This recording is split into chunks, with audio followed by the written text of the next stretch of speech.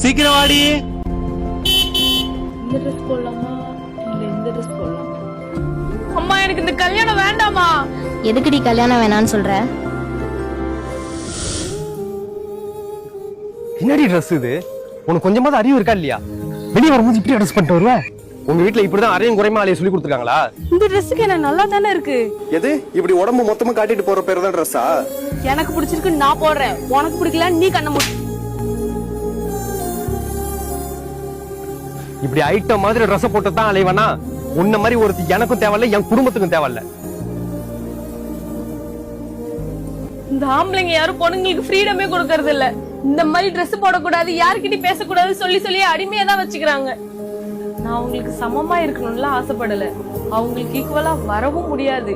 நான் நானா இருக்கணும்னு தான் ஆசைப்படுறேன். அது கூட முடியலன்னா எப்படிமா? எல்லா ஆம்பளைங்களும் அப்படி இல்லம்மா.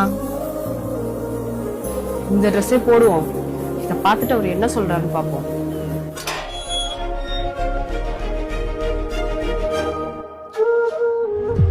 இந்த ட்ரெஸ்ல நீ ரொம்ப அழகா இருக்கடி. நான் இப்படி ட்ரெஸ் போட்டிருக்கத பார்த்து உங்களுக்கு என் மேல கோவம் வரலையா?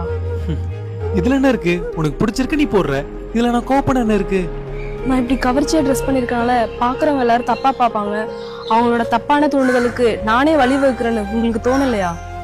சின்ன பொண்ணுங்களை கொடூரமா ரேப் பண்றாங்களே, அவங்க போட்டிருக்க ட்ரெஸ்ஸை பார்த்தா ரேப் பண்றாங்க.